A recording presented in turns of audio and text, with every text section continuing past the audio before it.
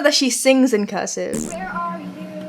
And I'm so sorry. But does she write in cursive? Boop. Before we begin, I'd like to say thank you to Book of the Month for sponsoring this episode.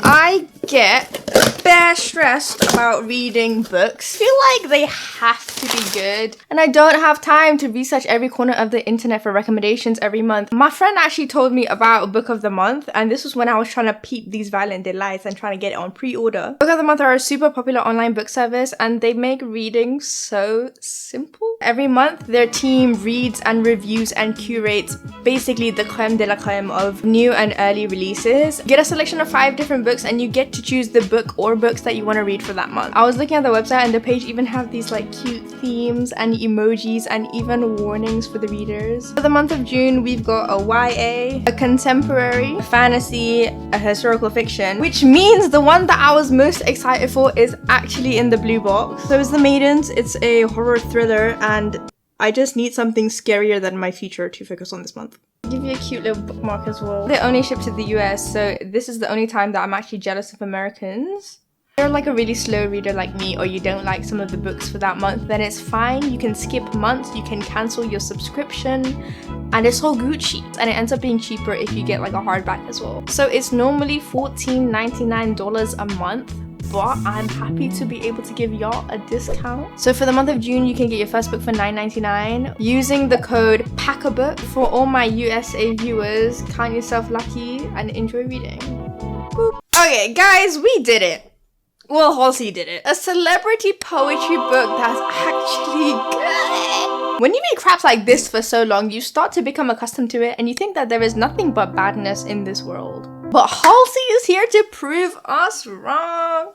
Disclaimer, this is an opinion, so if you are a lit graduate who thinks that I am talking out of my booty cheeks black hole, then, well, c'est bon. I would leave me if I could. Back in 2014, Halsey had Tumblr by the throat. Grammy award-winning artist, cursive singer. You should go and fuck yourself. They're also the creator of my all-time favorite lyric. Dripping like a saturated sunrise, and you're spilling like So we always knew that her lyrics were gonna slap. So this is less Halsey, more Ashley. And it's really interesting to see bits of her poetry that became songs. Or if it was spoken aloud, some sort of like spoken word poetry. So Halsey's type of writing is super heavy on the metaphorical, figurative language. So, Halsey, for your poetry, what type of metaphorical language are we looking at here? Yes. I'll admit, Halsey's poetry is not going to be up there with the literary canon by any means. Some bits are not that great. I saw an Amazon review that called this Tumblr poetry. And I was like, my G! And yeah, some people think that her poetry is way too obvious and explicit in its imagery. But I think, if anything, it makes it more accessible and it's something that they can refine in their next poetry collection. The topics are super heavy and a lot of it is about abusive relationships. Like, a lot. She also talks about bisexuality and the experiences that she has with women versus the trauma of trash men. And she also talks about what it means to be feminine and regaining control of your own narrative. And what I really like about Halsey's poetry is just how rich and metaphorical her language is. This poetry is not for like 13-year-olds, alright? It's very erotic, it's very explicit. So let's dissect and cut a bitch up. Lighthouse is a poem that people suspected was about her ex, G-Eazy. He was almost 7 feet tall with black oily hair. Well, you know. He would stuff his nose with cocaine for days on end until the rims of his nostrils were caked with white, like cement and bleeding sores leaking a yellow-orange pus. Just the use of plosive sibilants, combined with the really graphic imagery, makes you so uncomfortable. There's a lot of poetry where she uses this type of technique. Globular, bulbous chunks leaks from the center like giant blood clots bathing in buttercream. I think it takes a lot of courage and bravery to be able to talk about your past trauma in such metaphorical but still explicit language. When I was reading this poetry collection, it just reminded me of that scene from Doctor Who. Cream and beer, and pork and beef and fat and great big chunks of hot and wet and red. Good for you, Meg. This t-shirt sticking to him in a cold sweat. And she describes his twisted face like pottery on an unmanned wheel. Her comparisons are so unconventional, but they make so much sense. Like, you can literally imagine what that would look like. And it just reminds me of like a little kid, like my brother used to do this type of thing. Halsey uses this imagery of like childishness juxtaposing with violence. At the bottom where he says, "I'm gonna fucking kill you." And her response is to wrap my arms around his head like I was cradling a newborn. It becomes kind of like the mother figure or the protectant of him. I became a lighthouse, dim glow beaming from my eyes, a man in my arms, kerosene running low in the tower. So lighthouses are constructed to withstand very powerful, turbulent storms, and that's what her relationship is. So she was taken advantage of at a very young age, so this whole theme of innocence and sexuality threads a lot of her poems, and you come to understand the perspectives of when she's a bit older in these relationships, and she's also being taken advantage of in a similar way. There's two poems that some people don't like because they say it's like the same poem, and it's called Summer Fruit and Watermelon.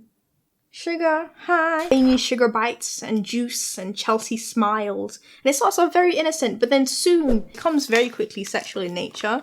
And towards the end, she talks about the dying leaves flaking off and swaying to the pit of my stomach in an imaginary breeze landing with a deafening thump. And remind my tongue there is no more watermelon, just empty space. And I think this might be about her miscarriage. So she actually had a miscarriage on stage. There's another one which is really similar. I lick his lips from watermelon spread across my cheeks, and that pink sugar Chelsea smile is hiding underneath. Now I devour a watermelon balancing on his knee. I rock my body back and forth so he can feel the heat. He fills my mouth with watermelon. No one hears me scream. To overdose on sugar is more painful than it seems. My tummy hurts from watermelon. He can be so mean, but smiles like a gentleman and licks my body clean. Now all I crave is watermelon every time I leave. It feels more wanted here, where she's like, I crave the watermelon, versus in the first poem. I think that even though these two poems are probably about different people in different settings, they still feel kind of similar. There's this underlying aggression and pain that men bestow upon her in her relationships. Let's talk about the male gaze and the fun girl. The male gaze is when women are visually positioned as an object for like heterosexual desire. Her literal second poem in this book is, "It was my first day on earth and I realized I didn't measure up and I never would." Girl, same inadequacy kind of extends to her relationship. So in Inventory, she talks about, girls who wouldn't ask him to pick up his dirty socks or turn away from him on a shared mattress. Girls better than me. So she's comparing herself to a girl who wouldn't ask for basic hygiene and decency, such as picking up dirty ass socks from the floor. And that's when you realize that she's comparing herself to an ideal woman in the eyes of a man that does not exist. I am the fun girl. I'm the spit hanging down from your tongue girl. I'm the choke me as hard as you can girl. I'm the give it all up for a man girl. Plaid skirt and white knee-high socks girl. I think she's using epistrophe, and I think it's really interesting how she chooses to use the word girl. And again, it's that same childish innocence that is being sexualized, especially when in the same poem she calls them, "Now you don't expect men to be kind girl," because she calls them men, but she calls either the reader or herself a girl. There's also some poetry about her like celebrity lifestyle, how she has to travel from one country to another. She acknowledges that yes, she has money and privilege and power now, and she thinks that will make her invincible, but it doesn't. It doesn't make her invincible to, sexual harassment or sexual abuse any more than it makes her invincible to bad mental health. This is one poetry which just had me shook.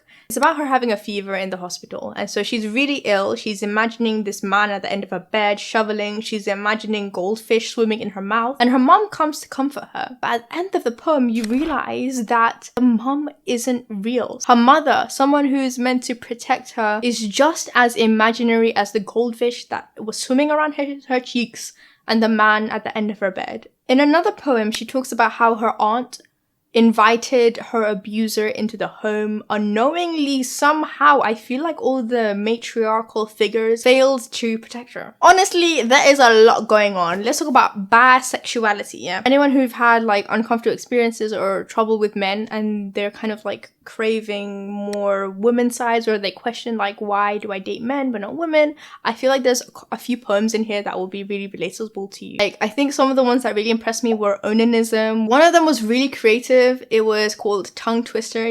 Piper picked a pick of pickled peppers, and she kind of makes that into her own little twist. So I can definitely see why someone might call it like Tumblr poetry, Insta poetry. It's definitely not for everyone, and I'm not saying this is like literally a masterpiece, amazing, wonderful, glorious, I can't put it down because it is super heavy. Halsey still did that. And I think that she is still a very talented and creative writer. I don't follow Halsey's life by any means, so I don't know that much about her life. But if you have any insights about this poetry collection or just want to suggest some other poetries that you think I should read, let me know in the comments below. Please do give it a like or a subscribe because it really helps my channel out and it helps me continue doing this. And you can follow me on Twitter or on Instagram if you want to follow the Daily Depression.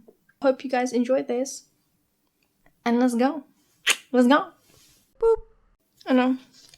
Ah! It is too hot in the UK, fam. 18 degrees. Are you mad? Okay, yeah.